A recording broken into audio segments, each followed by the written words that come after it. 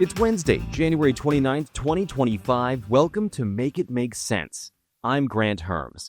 Today on this show, Trump's weekend of purging and freezing as his administration starts carrying out the record-breaking number of executive orders he signed in just his first few days in office, including one that was meant to freeze federal spending on right around $3 trillion that impacted hundreds of millions of Americans and is still doing that.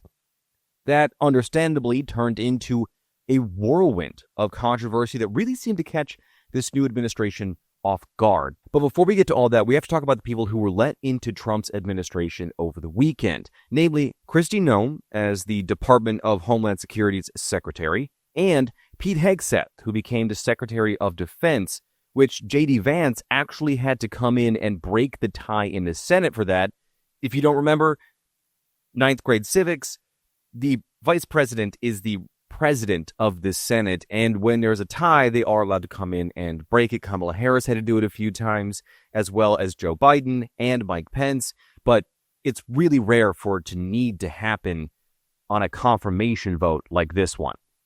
Anyway, both Noem and Hegseth getting into place means that they also need to get up to speed. And yes, there have been meetings and briefings for them, but there is still a lot to learn, and they're going to hit the ground running here, and neither of them really seem ready for that given their confirmation hearings. But the real thing for the new Trump administration is that Trump has the people he needs in place to carry out specifically what he wants to do with immigration, because the DHS and the DOD are the two agencies that are pushing most of the actions that Trump wants when it comes to mass deportations.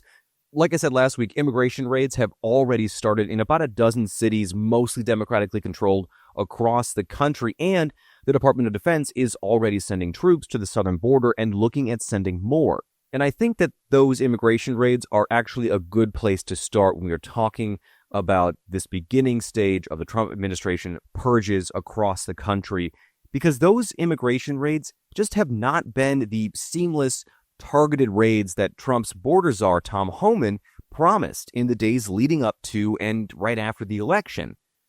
These raids have meant more than 2,000 arrests and 1,000 detentions. ICE now has arrest quotas they have to meet, which is not a great sign for this thing, but among those targeted and in some cases arrested were U.S. citizens, including a U.S. veteran in Newark, New Jersey, a Puerto Rican warehouse manager in that same raid, members of the Navajo Nation in the Southwest who were mistaken for being Latino or Hispanic, a woman in the middle of getting her U.S. citizenship who was in the U.S. legally, and in Texas, dozens of people who shouldn't have been arrested or targeted by these raids were arrested anyway and were taken by agents in what the DHS and ICE is now calling collateral arrests.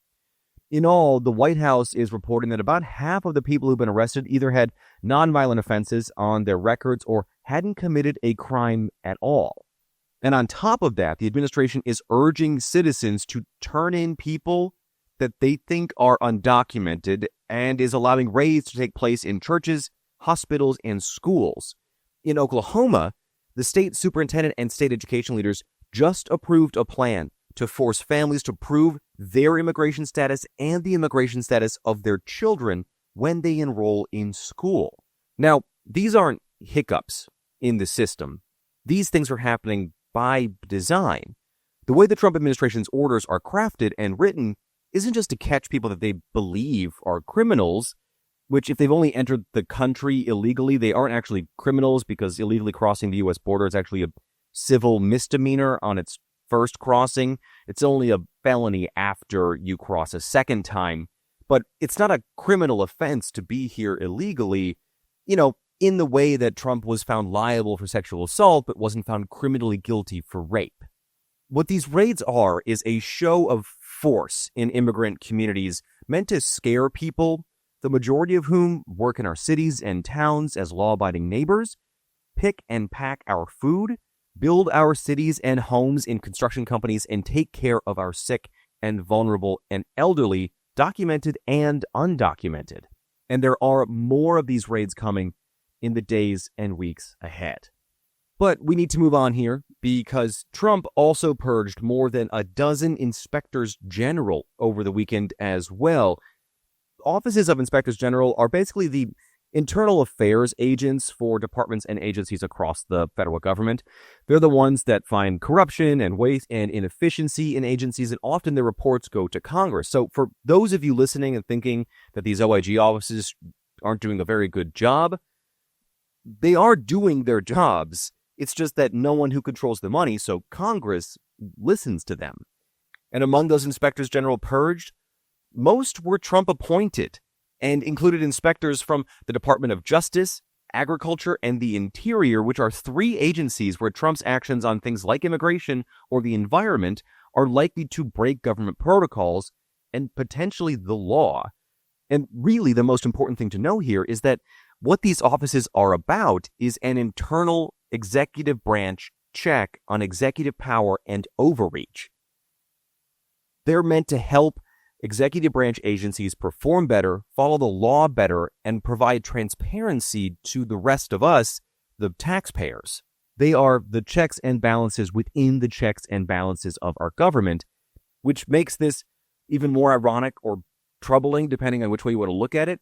It seems pretty clear that these firings, which were done via email, actually break the law. According to the federal law that Congress wrote in 2022, the White House has to give Congress 30 days notice before firing an inspector general. Congress obviously didn't get that. Trump has been in office for 9 days. So don't be surprised if we see a lawsuit coming about this purge in particular. Now, along with that firing came the firing of almost a dozen Department of Justice officials, all of whom who had worked on both of Trump's cases under Special Prosecutor Jack Smith. Those were the cases into Trump inciting an attack on the U.S. Capitol on January 6th, according to both the DOJ investigation and a congressional investigation, and Trump taking thousands of classified documents and storing them at Mar-a-Lago, which we saw pictures of.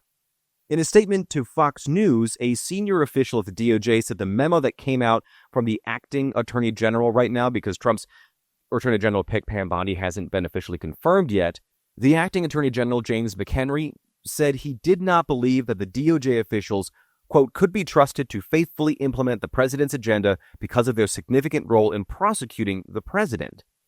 Now, Trump wasn't president while the investigations were going on, and the Department of Justice has a duty.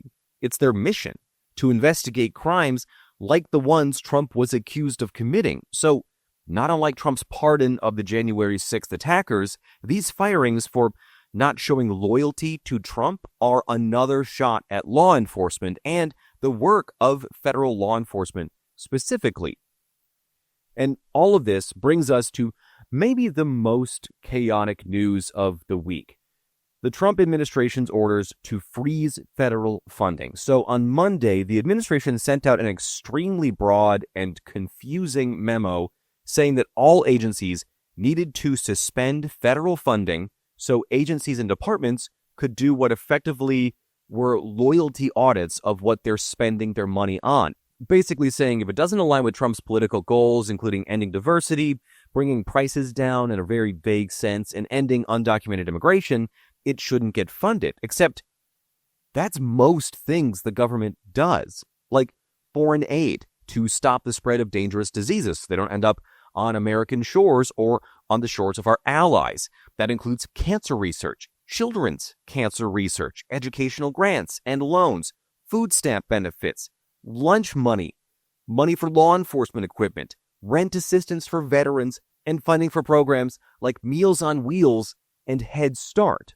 There was so much confusion that actually for a time this week, Medicaid payments went offline, meaning people might not have gotten their Medicaid checks if that had kept going. And you would think all of that would be a bad thing, but if you listened to Republicans in Congress who were clearly trying to walk in lockstep with the White House, even though not really knowing what they were talking about, you got some pretty wild answers, including this one from Georgia Representative Rich McCormick about children and funding school lunches.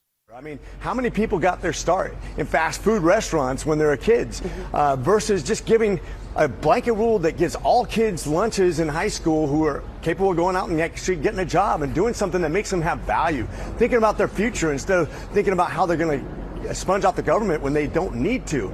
We don't give people value. We don't give them the ability to dig themselves out when we penalize them for actually working and actually keep them on welfare. That's what's been the inner city problem for a very long time. We need to have a top-down review so we can get people out of poverty, because you know what? America's very good at creating jobs and giving people worth. And we've been very traditionally good at that, but we're losing our way. And that's when we give people incentives to stay at home and not work. That doesn't work for America. But a lot of these kids aren't even of like working age. They're young kids, and as you well know, and also some of the kids at Head Start, they're like 5 and under.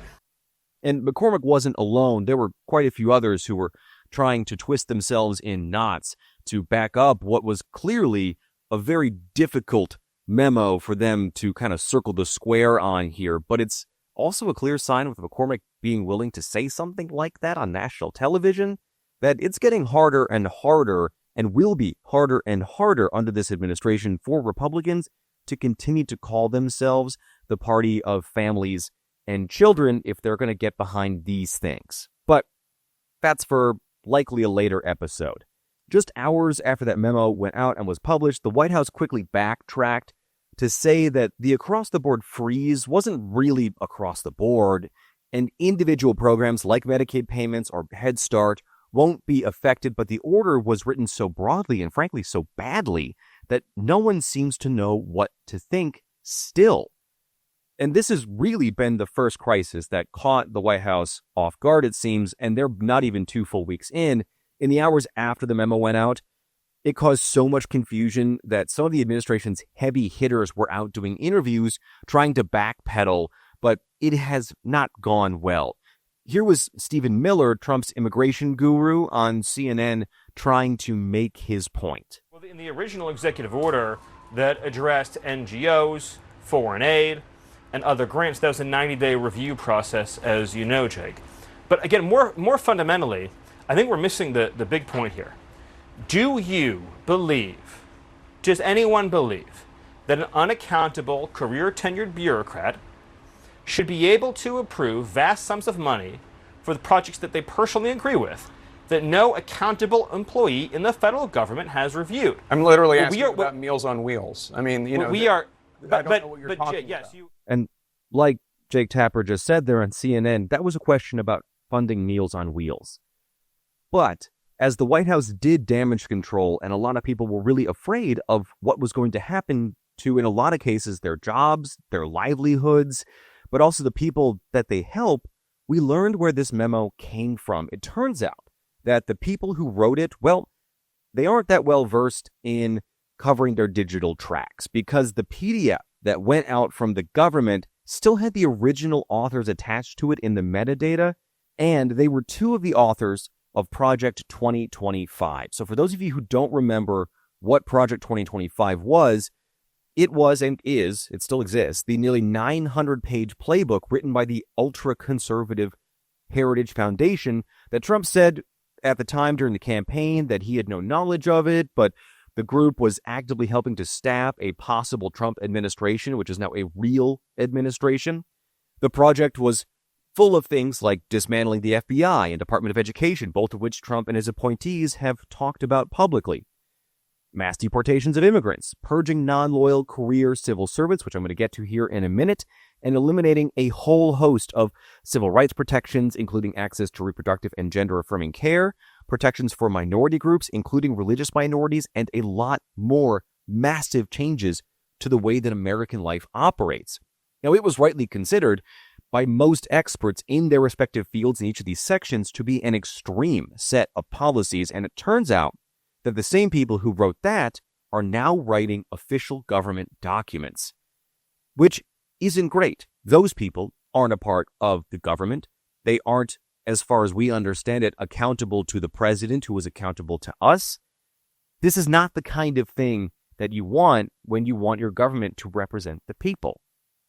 Now, on Tuesday, a federal judge in D.C. froze the funding freezes that the administration was trying to put into place after the National Council of Nonprofits filed to stop the freezes. Now, there is a hearing set for Monday to see if these freezes are legal, which in precedent set in law before this, these orders wouldn't be legal. It's in the Constitution that the president isn't allowed to decide arbitrarily how to spend money that's been provided by Congress. That's Congress's job. That's why they write the laws. It's the job of the president to make sure that the money is being spent in the way that Congress wrote the law, unless that law explicitly says the president has what they call discretionary powers, just the power to use the money at their discretion. And for the vast majority of this money, we were talking $3 trillion, Congress didn't give the presidency that power, which does mean a lot of this stuff is going to test that Supreme Court precedent that I've talked about before that says when the president is doing something in office, he's acting on the will of the people, and therefore it can't be considered illegal, or he's not allowed to be investigated for illegal things that he does. A lot of these things are going to test that Supreme Court ruling. And okay, hang with me here for the last of these purges. I know this episode has been a lot, but just hang on. So, last night, the White House announced it will be offering what they're calling buyouts to all 2 million federal employees to have what they're calling a deferred resignation that wouldn't be effective until September. The offer is expected to go out a rolling set of standard emails, but the Office of Personnel Management, basically the HR of the federal government, put up the email on its website complete with a pre-written letter of resignation and more details about these quote-unquote buyouts that include severance pay for the next 8 months. Employees will get to keep their benefits over that time, and they won't have to follow the return to office order the president signed last week. Now, the White House seems to think that about 10% of federal employees, so somewhere in the neighborhood of 200,000 people, will opt to take the buyout, which the administration thinks will save them about $100 billion, which, depending on what you think the overall government budget is, you can look at it year over year or individually, but it really breaks down that $100 billion to 0.01% or 0.015% of the federal budget. So, really making big strides there on the taxpayers' money. But even if half that number of people resign from their government jobs, it means that everything the government does will be slower. These people do jobs that impact all parts of American life, even if we don't see them or think about them. And yes, I'm sympathetic to the idea that some agencies are bloated or need modernizing, but that's not what this is. If that's what this was meant to do, we would get a targeted review of each position in the U.S. government to find inefficiency. That's not happening here. We're just letting anybody who wants to leave. This is about loyalty, because the next part comes for the people who stay or are looking to get hired by the administration to fill those jobs where people just left.